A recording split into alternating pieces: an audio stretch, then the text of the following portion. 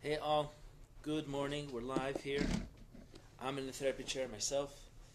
We're talking about, well, we've been talking about this, about how to pick a therapist, and the approach has been to empower you by explaining some of how it works. Why does therapy work? And then being better able to pick the right person, the therapist, facilitator of that healing, and thereby that's going to be a method by which to pick a therapist. It's not a simple process.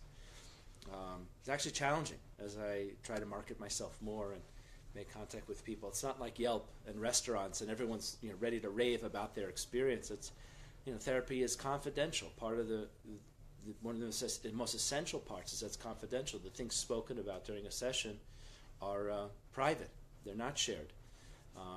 Yet at the same time, in general, the recommendation of a friend or a trusted person on any service is going to be very effective, and all the more so here when something's intimate, private, going deep into the person. Getting a recommendation is important, but it's hard to come up with such things. Sometimes people go to a doctor, maybe.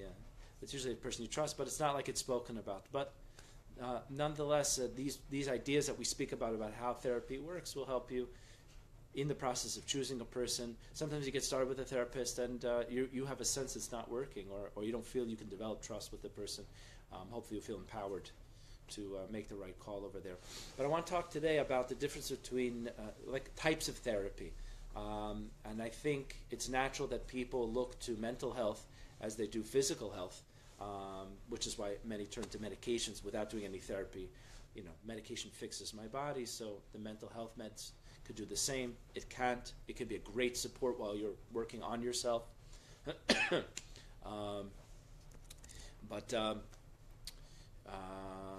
Lost my train of thought. That's okay. So different types of therapy. So people will look at it like pick your approaches. There's different ways to heal the body. And that makes sense. You've got a backache, you've got an issue, an allergy. You're picking a technique or approach to heal that part of the body.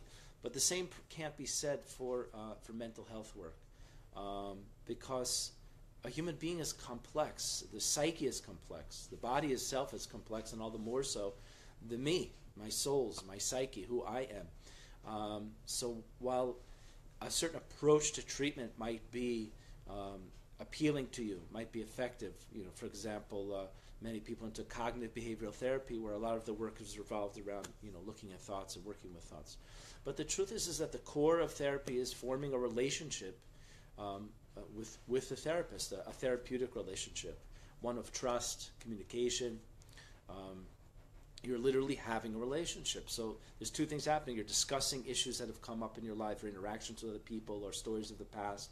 But at the same time, developing a relationship with the person that you're sharing it to. So the therapist really needs to be able to be there with you, very genuine, very present, listening, tuning into you.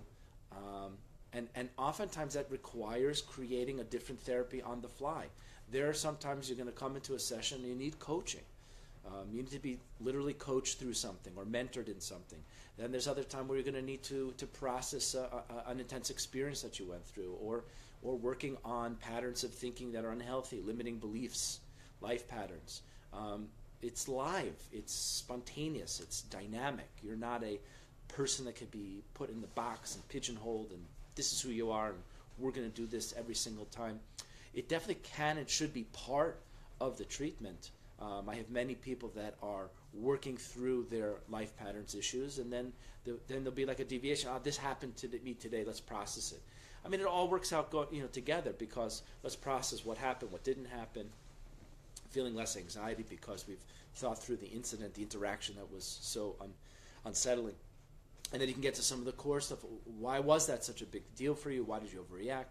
But a therapist needs to have several tools in the tool belt and be able to really connect with the client and be there and be present with them and implement that which is going to be most helpful or beneficial in the moment. And it's part of feeling genuine.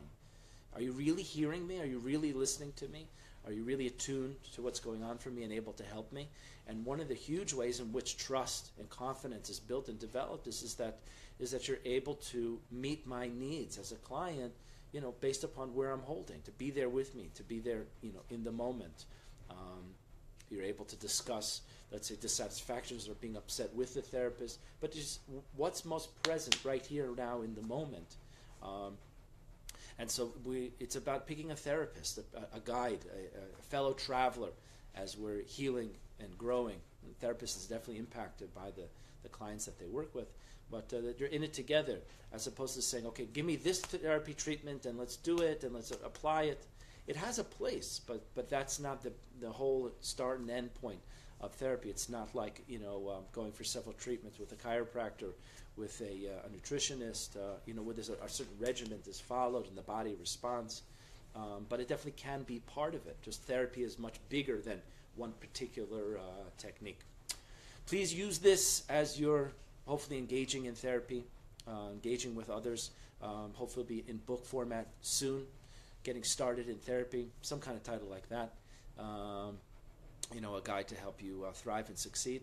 But it's gonna boil down to getting recommendations from people that you trust or feel comfortable with, and not to be afraid to test drive, so to speak. You go to a therapist for a few months and you're just not feeling a connection forming. But anyway, hopefully you're feeling a bit more empowered with knowledge about what the therapy process is and isn't and what it can be.